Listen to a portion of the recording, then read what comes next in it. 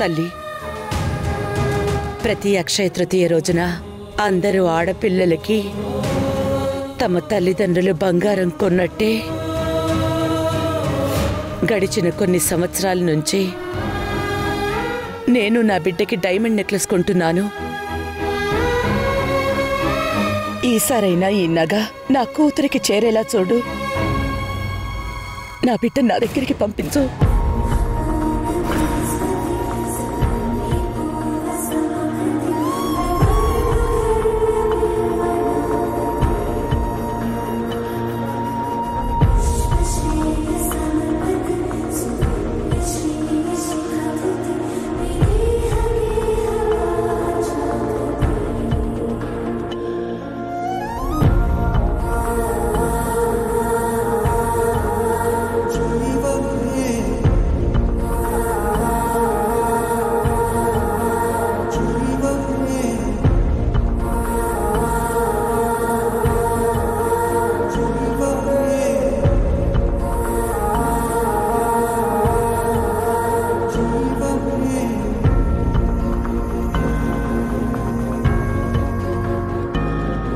ఇప్పుడు ఆ నగ గాయత్రి రూమ్లో పెడుతుంది.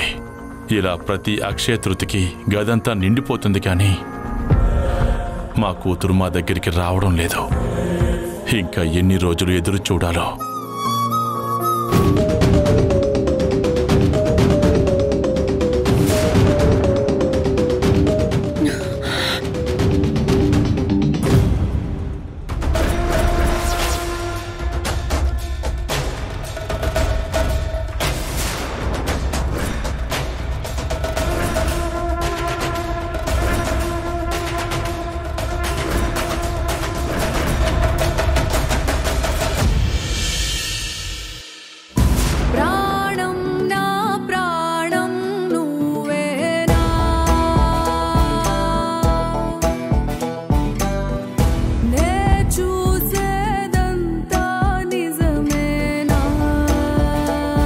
గాయత్రి,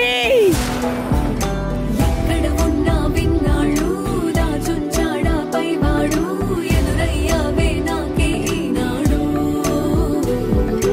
ఎన్నాళ్లకు కరుణించాడు, ఇటు నుంచో ఇటు పంపాడు, ఇద్దరిని ఒక చోటుకి చేర్చాడు. గాయత్రి, నిజమేనా లేదా నేనేదో కలగంటున్నానా?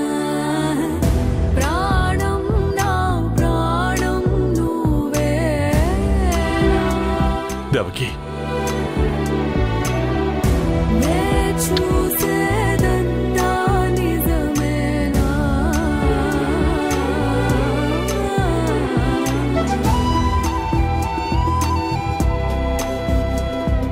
దేవకి, గాయత్రి,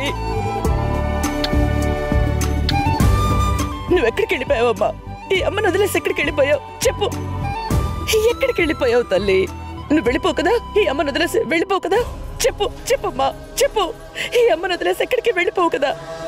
ఎన్ని రోజులు నీకోసం ఎంత ఎదురు చూసారో తెలుసా? ఒకసారి చెప్పు. నన్ను వదిలి వెళ్ళిపో కదా? మళ్ళీ వెళ్ళిపో కదా? మళ్ళీ వెళ్ళిపోవు కదా? చెప్పమ్మా, వెళ్ళిపో కదా? చెప్పమ్మా, నన్ను వదిలేసి వెళ్ళి గాయత్రి అండి, నన్ను వదిలేసి వెళ్ళిపోవు కదమ్మా? చెప్పు, చెప్పమ్మా. గాయత్రి, నా బంగారు తల్లి. మేడం, మేడం,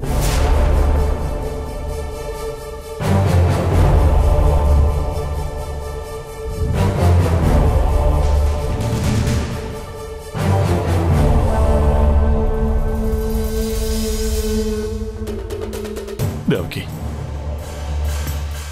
రాధా,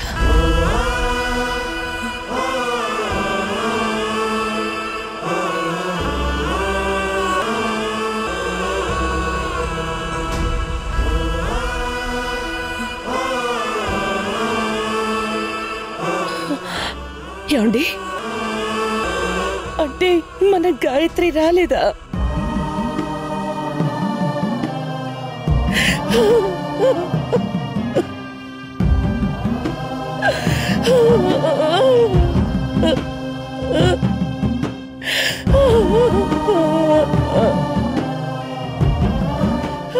ఊరుకో దేవకి.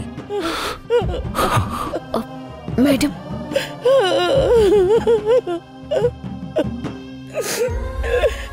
మేడం,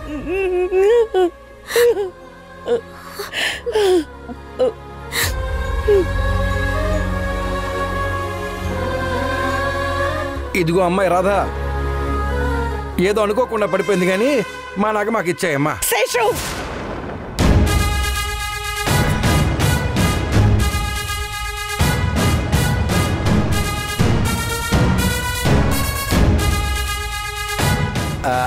అంటే వదిన, ఆ నగని మీరు ఎవరిని ముట్టుకొనివ్వరు కదా, అందుకని. నా కూతురు నా దగ్గరికి వస్తుంది అని చెప్పడానికే ఆ దేవతే రాధ మెళ్ళో ఈ నగ పడేలా చేసిందనిపిస్తోంది.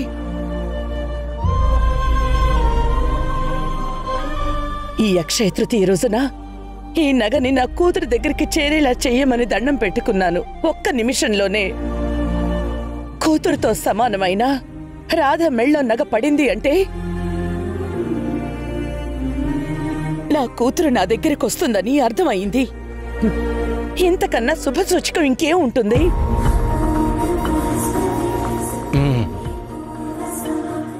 కాబట్టి నగ తీయడం అవసరం లేదు. రాధా, ఇప్పటి నుంచి ఈ నగ నీదే.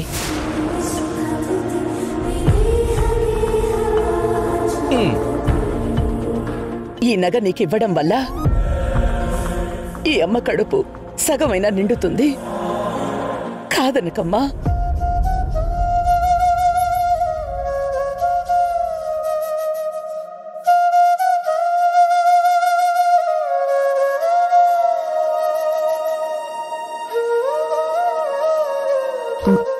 మేడం,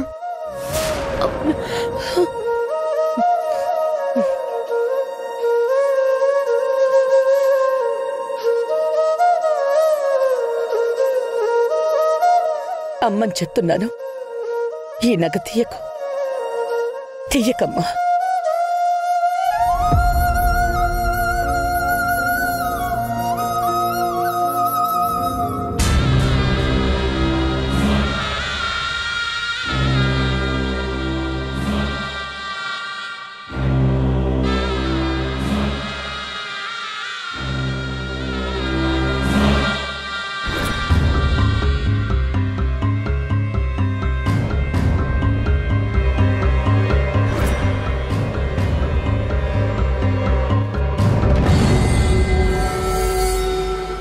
రాధా, మనోహర్, త్వరగా రండి, టిఫిన్ చేద్దాం.